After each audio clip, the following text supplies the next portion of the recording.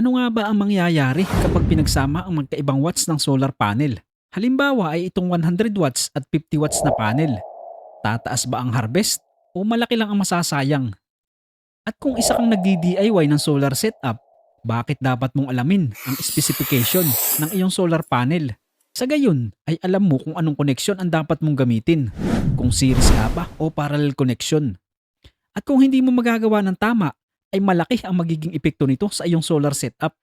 Yan ang alamin natin sa video na ito.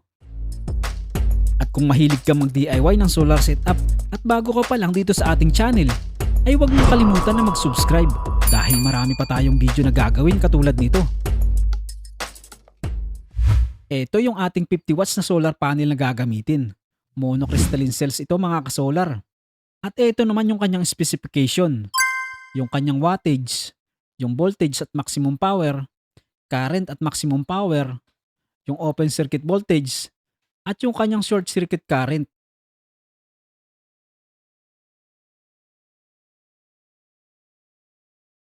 Ito naman yung 100 watts na panel. Monocrystalline cells din ito pero magkaiba sila ng pagkakakat sa mga cells.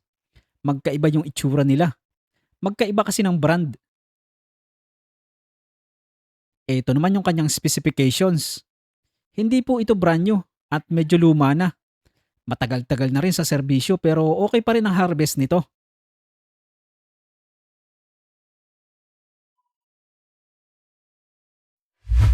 At ito naman yung device na gagamitin natin na pang test. Solar panel tester na LGoy ang brand. Meron na siyang MC4 connector. Isasaksak na lang sa wire ng solar panel. MPPT na po ito. Merong manual at auto test. Maximum na 800 watts na solar panel ang pwedeng itest dito. Digital ang screen pero medyo malabo kapag malakas ang sikat ng araw. Wala siyang battery at ang nagpapower lang sa kanya ay yung solar panel na mismo. So unahin na nating itest itong 50 watts na panel para makita natin yung kanyang maximum harvest. Isasaksak lang natin directly itong kanyang MC4 connector.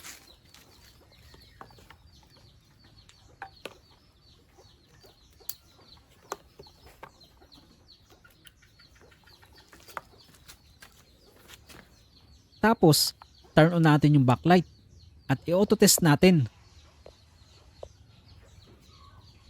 Hindi masyadong makita kasi maliwanag ang sikat ng araw.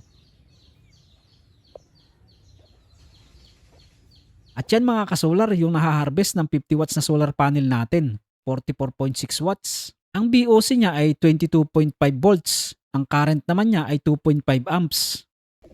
Sunod naman itong 100 watts na panel. I-test muna natin sila pareho para malaman natin ang maximum harvest ng dalawang panel natin. Tapos mamaya kapag pinagsama natin sila, dapat ay tataas din yung wattage na makukuha natin.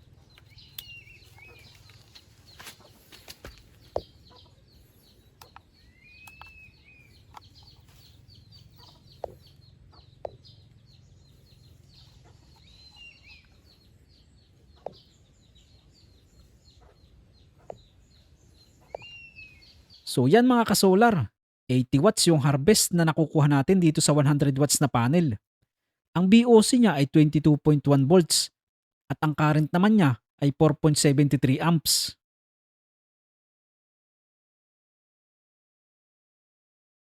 Ngayon ay pagkonektahin na natin yung dalawang panel natin. Ang unang connection na gagawin natin ay parallel connection. Tamang-tama at maganda ang sikat ng araw ngayon. Walang kaulap-ulap. Tingnan nating mabuti yung BOC ng dalawang panel natin. 22.58 volts sa 50 watts na panel at 22.13 volts naman dito sa 100 watts na panel. Parallel connection ang gagawin natin dito. Same voltage ang solar panel natin. Tingnan natin kung hahatakin nga ba talaga ng mas maliit na panel yung mas malaking panel. So dapat hindi lalagpas ng 100 watts ang mahaharvest natin dito. Dahil yung 50 watts na panel natin kanina ay 44 watts lang ang kayang ibigay. So dapat ang makukuha natin ay nasa around 88 watts lang. Tingnan natin kung ganun nga ang mangyayari.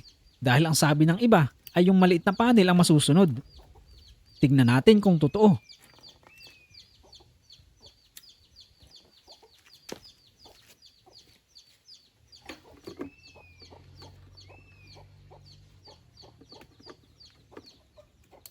Tingnan natin ang reading niya mga kasolar.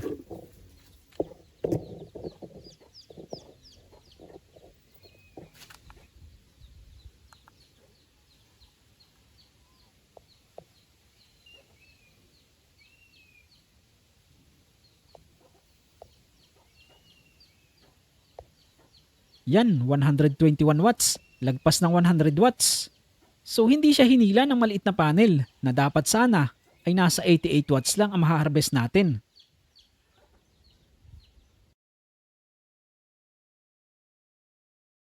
Tingnan natin to mga kasolar. Kapag pinag-add natin yung 44 watts at 88 watts ay 124 watts. So sakto sa nakuha nating reading dito sa parallel connection na nakakuha tayo ng 121 watts.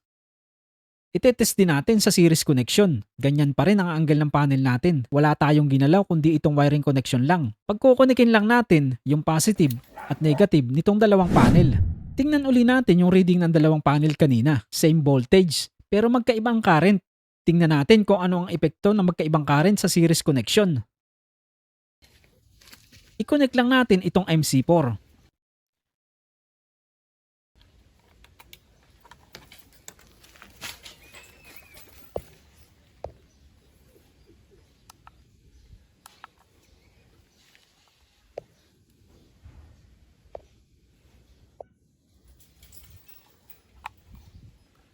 At yan mga kasolar ang reading ng ating tester.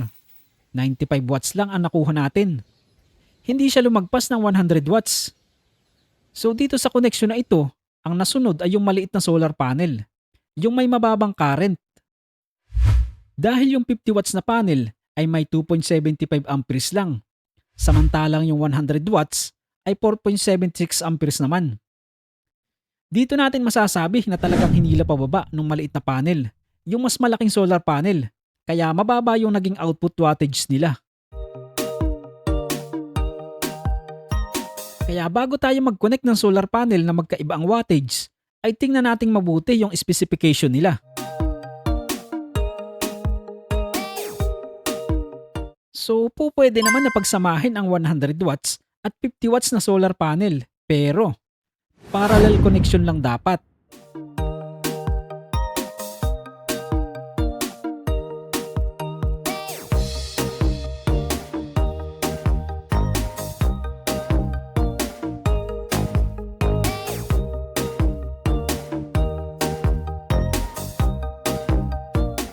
Sana ay nakatulong sa inyo ang video na ito.